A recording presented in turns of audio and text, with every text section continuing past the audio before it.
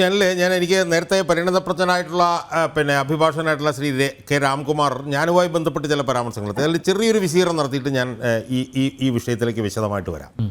ഞാൻ എന്താണ് ഇവിടെ പറഞ്ഞത്?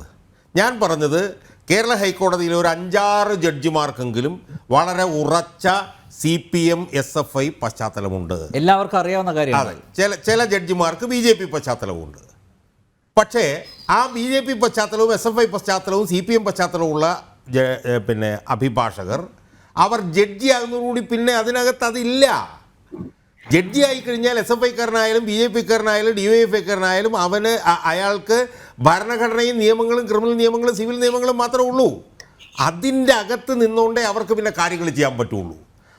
അപ്പോൾ അതുകൊണ്ട് നിങ്ങൾ ജഡ്ജിയായ ഒരാളെ കാവിക്കോണകം എന്ന് പറയാമെങ്കിൽ അപ്പുറത്ത് SFIയും DYFIയും CPMഉം ഒക്കെ ഇരുന്ന ജഡ്ജിമാരെ അതുപോലെ വിമർശിച്ചുകൂടെ? പാടില്ല. അതാണ് ഞാൻ പറഞ്ഞത്. അത് പാടില്ല എന്ന് പറഞ്ഞുകൊണ്ട് ഇതും പാടില്ല. ഇതാണ് ഞാൻ പറഞ്ഞത്. ഇനി അനിൽ പറഞ്ഞ ചോദ്യത്തിലേക്ക് ഞാൻ വരാം. സത്യം പറഞ്ഞാൽ അനിലെ വളരെ ഹൃദയവേദനയോടുകൂടിയും മനോവ്യഥയോടും കൂടിയാണ് ഞാൻ ഇവിടെ ഇരിക്കുന്നത്. എന്താണ് ദേവൻ രാമേന്ദ്രൻ എന്ന് പറഞ്ഞ ന്യായാധിപൻ ചെയ്തത്? ആ ന്യായാധിപൻ അദ്ദേഹത്തിൻ്റെ വിധിന്യായം എന്നെടുത്ത് എൻ്റെ ഇടതുപക്ഷ പ്രതിനിധി കൂടെ ഒന്ന് വായിച്ചു നോക്കണമെന്നാണ് ഞാൻ പറയുന്നത്. ഈ മറിയക്കുട്ടിയുടെ കാര്യത്തിലുള്ള അദ്ദേഹത്തിൻ്റെ വിധിന്യായം അദ്ദേഹം നിയമത്തിനകത്തും ഭരണഘടനയ്ക്കകത്തും 4 എതിരുകൾക്കുള്ളിൽ നിന്നുകൊണ്ട് നടത്തിയിട്ടുള്ള ഒരു വിധി പ്രഖ്യാപനം ആണ് അത് വന്നിട്ടുള്ളത്. ഇതിനു മുമ്പ് പല വിധി അദ്ദേഹം പ്രഖ്യാപിച്ചിട്ടുണ്ട്. ആ വിധി പ്രഖ്യാപനങ്ങൾ പലതും ഡിവിഷൻ ബെഞ്ച് ചവിട്ടോട്ടെ കളഞ്ഞിട്ടുണ്ട്. പക്ഷേ ഡിവിഷൻ ബെഞ്ച് ചവിട്ടോട്ടെ കളഞ്ഞ പല വിധികളും സുപ്രീം കോടതി തിരിച്ചെടുത്ത് മേശപ്പുറത്ത് വെച്ചു കൊടുത്തിട്ടുണ്ട്. അത് ഏതൊക്കെയാണെന്നുള്ളത് ഞാൻ വേണമെങ്കിൽ പറയാം, സമയമില്ലാത്തതുകൊണ്ട് ഞാൻ പറയുന്നില്ല. അതുകൊണ്ട് ദേവൻ രാമേന്ദ്രൻ എന്ന് പറഞ്ഞ ന്യായാധിപൻ പുറപ്പെടുവിക്കുന്ന ജഡ്ജിമെൻറ്റുകളിൽ പലതും ഡിവിഷൻ ബെഞ്ച് തള്ളുമ്പോഴും സുപ്രീം കോടതി അതിൻ്റെ പരിഭാവനത അംഗീകരിച്ചിട്ടുണ്ട്. അവിടെ നിൽക്കട്ടെ, ഞാൻ അതിൻ്റെ വിശദാംശങ്ങളിലേക്ക് സമയം കുറവുള്ളതുകൊണ്ട് പോകുന്നില്ല.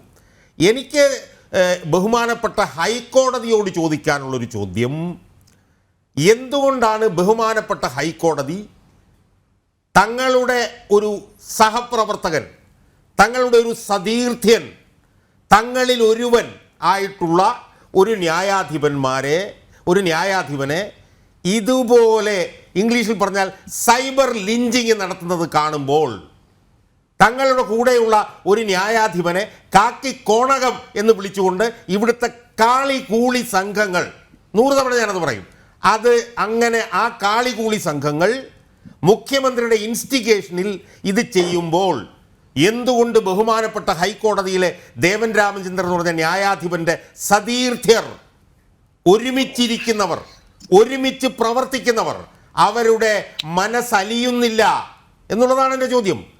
അവർക്ക് എന്തുകൊണ്ടാണ് മനോവ്യഥ ഉണ്ടാകാത്തത്? അവരെ പോലുള്ള ഒരാളല്ലേ ദേവൻ രാമേന്ദ്രൻ? അവിടെ ഞാൻ ചോദിക്കുകയാണ്, നാളെ SFIയും DYFIയും CPMഉം പാരമ്പര്യമുള്ള ഏതെങ്കിലും ഒരു ജഡ്ജിയെ കാവിക്കോണകം എന്നുള്ളതിന് പകരം ചുവന്ന കോണകം എടുത്ത് മാറ്റൂ എന്ന് ഏതെങ്കിലും BJPക്കാരൻ പറഞ്ഞാൽ അപ്പം എന്തായിരിക്കും പ്രതികരണം? അപ്പം ഇത് ഒരുപാട് പ്രാവശ്യമായി ദേവൻ രാമേന്ദ്രൻ എന്ന് പറഞ്ഞ ജഡ്ജിയുമായി ബന്ധപ്പെട്ട് കാണുന്നു.